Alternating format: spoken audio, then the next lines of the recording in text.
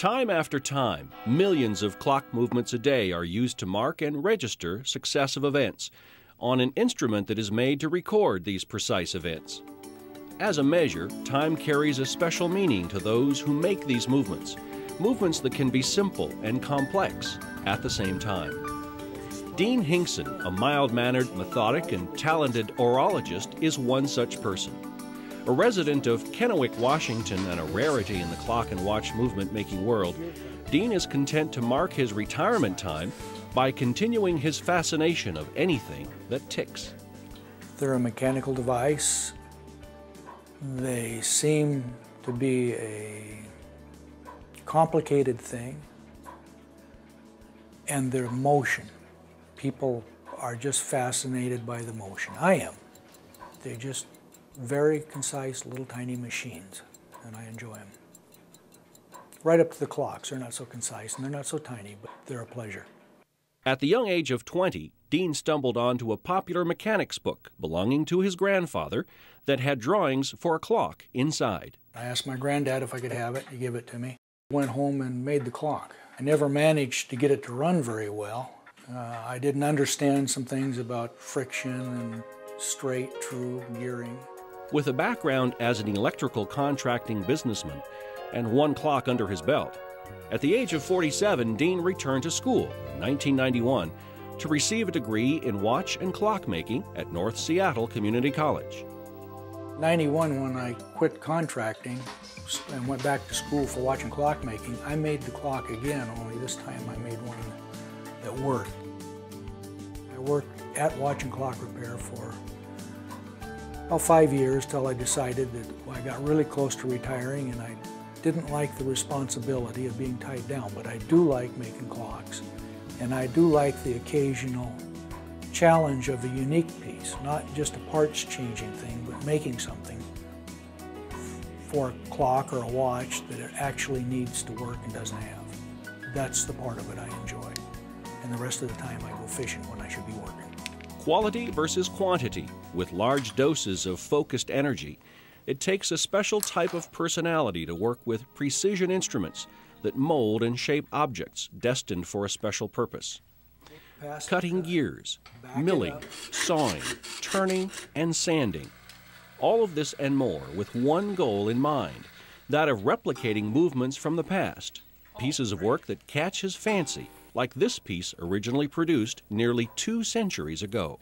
I got to working for some collectors who had high-end clocks, and one in particular I was repairing a Jacob of Paris, and I was agonizing with the owner over, I would like to have one, but they're so expensive I would never buy one. And he just looked at me and said, well, why don't you make one? And I thought, well, I've made all the parts mostly, I'll try it. And it worked. It's a month-going regulator, very accurate. The case is made by a Swiss case maker.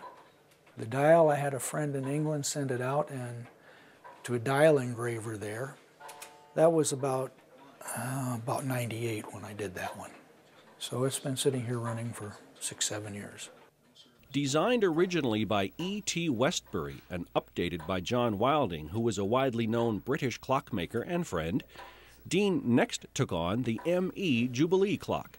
The basic mechanism is designed after early electric clocks that were operated by lead-acid batteries, and I've set it up to run off of house power is the only difference. Gets an impulse about every 45 seconds and runs free.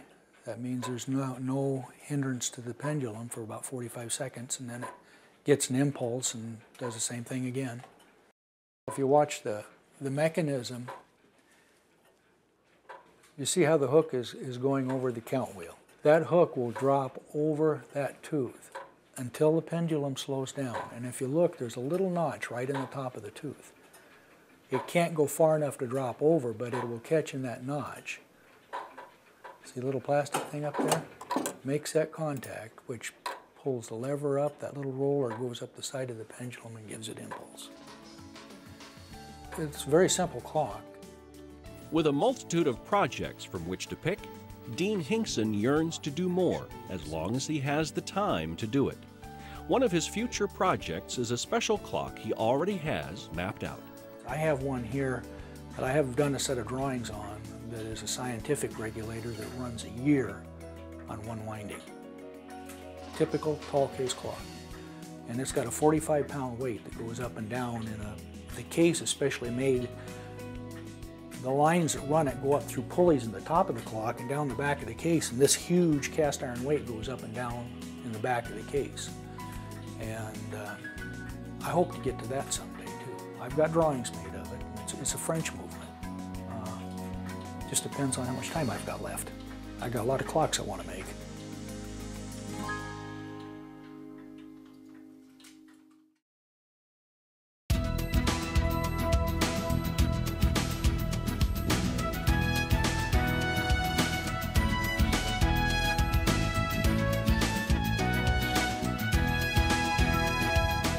If you have an idea for Northwest Profiles, send it to KSPS TV, 3911 South Regal, Spokane, Washington 99223.